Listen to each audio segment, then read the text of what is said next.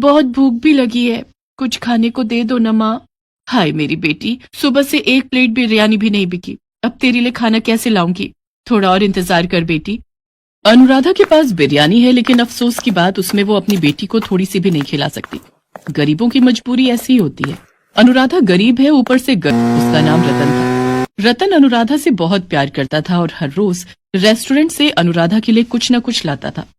अनुराधा, ये देख, आज मैं तेरे लिए क्या लाया हूँ, गर्मा गर्म बिरयानी। बिरयानी? मुझे तो बिरयानी बहुत पसंद है। तो खा लेना जल्दी से। अनुराधा बिरयानी खाने के बाद कहती है, लो जी, इस बिरयानी में तो टेस्ट ही नहीं है, इससे अच्छा तो मैं बना सकती हूँ। वो मुझे पता है, देखना इस शहर में एक दिन हम दोनों एक रेस्टोरेंट खोलेंगे और वहां तो बिरयानी बनाएगी। अरे बहुत अमीर हो जाएंगे हम। हाँ। अनुराधा और रतन की आंखों में बहुत सारे सपने थे, लेकिन एक दिन रतन जब बाइक लेकर खाने की डिलीवरी करने कहीं जा रहा था, तब उसकी बाइक का ब्रेक फेल हो गया और बाइक जाकर एक लॉरी से टकरा गई। रमेश का देहांत हो गया। अनुराधा रो पड़ी। अब मेरा क्या होगा? अब मैं क्या करूंगी? आप हमें छोड़कर क्यों चले गए? अनुराधा दो बेटियों को लेकर बहुत चिंता में पड़ गई। उसे घर चलाने के लिए लोगों से उधार लेना पड़ा, लेकिन वो उधार चुका नहीं पाई। उधारी वाले उधार मांगने आते रहे। एक दिन एक आदमी अनुराधा के पास आया।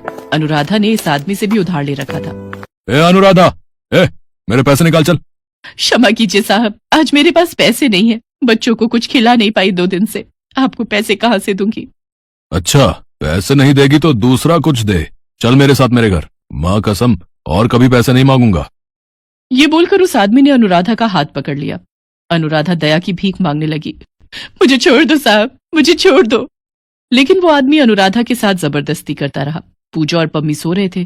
चिल्लाने की आवाज सुनकर पूजा की नींद टूटी और उसने एक डंडा लेकर उस आदमी के सर पर जोर से मारा। उसके सर से खून निकलने लगा। पूजा ने कहा, चले जाइए यहाँ से, नहीं तो। ठीक है, मैं 1 हफ्ते का समय देता हूँ। अगर उसके अंदर मेरे पैसे वापस नहीं मिले ना, तो मैं इस घर से तुम लोगों को भगा दूंगा। अनुराधा रोने लगी। पूजा ने अनुराधा से कहा, माँ आप चिंता मत कीजिए, माँ सब कुछ ठीक हो जाएगा। कैसे ठीक होगा बेटी? सब कुछ तो खत्म हो गया, सब कुछ चला गया है, अब ये घर भी चला जाएगा। अगले दिन अनुराधा काम मांगने के लिए लोगों के दर दर भटकती रही, लेकिन वो कहते हैं ना, विधवा औरतों के लिए ये दुनिया नरक के समान है। अनुराधा के साथ भी वही हुआ। कोई उसे काम देने के लिए राजी नहीं था और जो लोग राजी थे वो अनुराधा से गंदे तरीके से बातें करने लगे। ऐसे ही 1 हफ्ता बीत गया। वो आदमी पैसे मांगने आया। पैसे ना मिलने पर उसने तीनों को धक्के मारकर घर से बाहर निकाल दिया। निकल जा यहाँ से, आज से ये मेरा घर है। आसपास भटकते हुए दिख मत जाना, नहीं तो मुझसे बुरा और कोई नहीं होगा। अनुराधा अपनी दोनों बेटियों को लेकर रास्तों में भटकने लगी। इतने में उसका पेट दर्द शुरू हो गया। वो पेट से थी। पेट दर्द के मारे वो रास्ते में गिर गई। बहुत दर्द हो रहा है। पूजा को समझ में नहीं आया कि वो करे तो क्या करे, और तभी अचानक से बारिश आ गई। अब पूजा की आंखों में भी आंसू आ गए। हे भगवान, जब मुसीबतें आती है तो सब कुछ एक साथ ही आती है, हम गरीबों का भी तो कुछ सोच लीजिए भगवान। शाम को बारिश रुक गई। अनुराधा का पेट दर्द भी थोड़ा ठीक हुआ। तभी उन्हें बिरयानी की अच्छी महक आई। वो लोग 2-3 दिन से भूखे थे। वाह, बिरयानी की महक आ रही है। माँ चलो ना, हम बिरयानी की दुकान में जाकर बिरयानी की भीख मांगते हैं। वो लोग बिरयानी की दुकान पर चले गए। अनुराधा ने रोते हुए कहा, भैया हमें कुछ खाने को दो ना, हमने 3 दिन से कुछ नहीं खाया। दीजिए ना चाचा जी, बहुत भूख लगी है। चल भाग यहाँ से, मैंने क्या लंगर खोल कर रखा है? भैया मैं बहुत अच्छी बिरयानी बना सकती हूँ, आपकी दुकान में मुझे कुछ काम मिलेगा? नहीं, यहाँ कोई काम नहीं है। तो फिर कुछ उधारी दे दो ना, मैं बिरयानी बनाकर बेच करके आपको पैसे वापस कर दूंगी। अब दुकानदार ने कहा, ठीक है, उधारी तो मैं दे सकता हूँ, लेकिन मुझे डबल पैसा लौटाना होगा। अनुराधा के पास और कोई चारा नहीं था। उसने हाँ कर दिया। अनुराधा उधारी के दलदल में फंसती जा रही थी।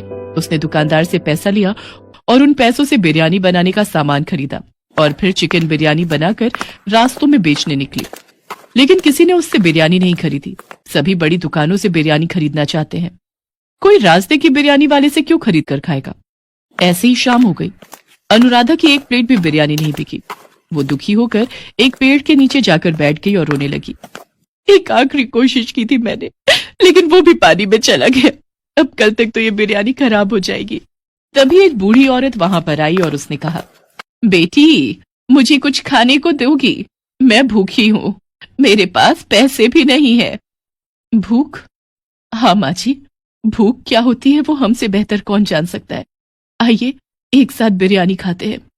चारों ने मिलकर बिरयानी खा ली।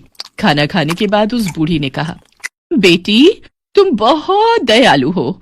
मैंने बहुत लोगों से खाना मांगा लेकिन किसी ने खाना नहीं दिया, लेकिन तुमने मुझे बिरयानी खिलाई। मेरे पास पैसे तो नहीं है लेकिन कुछ चावल के दाने हैं, ये रख लो। नहीं नहीं माँ जी, मैं चावल के दाने का क्या करूंगी। रख लो बेटी, ये मेरी तरफ से तोहफा है। उस बूढ़ी औरत ने कुछ चावल के दाने हांडी में रख दिए और वहां से चली गई। वो तीनों पेड़ के नीचे ही सो गए। सुबह हो गई, तीनों की नींद टूटी।